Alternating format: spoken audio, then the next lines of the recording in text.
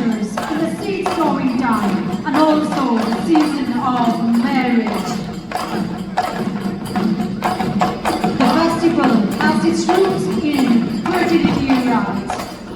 The spree of ambition with fertility, both vegetal and human, is reflected in the songs and dance with erotic movement and expressions depicting the joys of spring and youth.